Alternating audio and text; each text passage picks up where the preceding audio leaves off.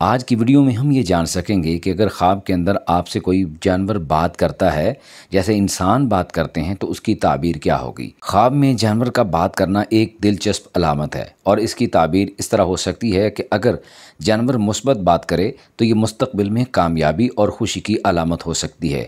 اگر جانور نے آپ سے گفتگو میں کوئی اچھی بات کی ہے، کوئی پازیٹیو بات کی ہے جو آپ کو اچھی لگتی ہے اور اس نے ایک بہترین گفتگو کی ہے تو یہ کامیابی اور خوشی کی علامت ہوگی۔ اور اگر جانور منفی بات کرتا ہے تو یہ چیلنجز اور مشکلات کی نشاندہی کرتا ہے۔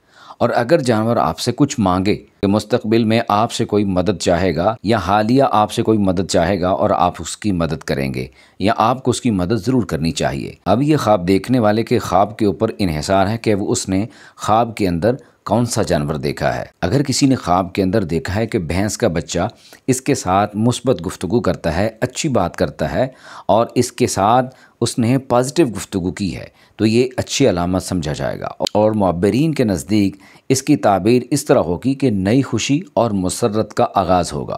ممکنہ طور پر ایک نئی پیدائش یا کسی قریبی رشتہ دار کے گھر میں نئی آمد کا اشارہ ہو سکتا ہے۔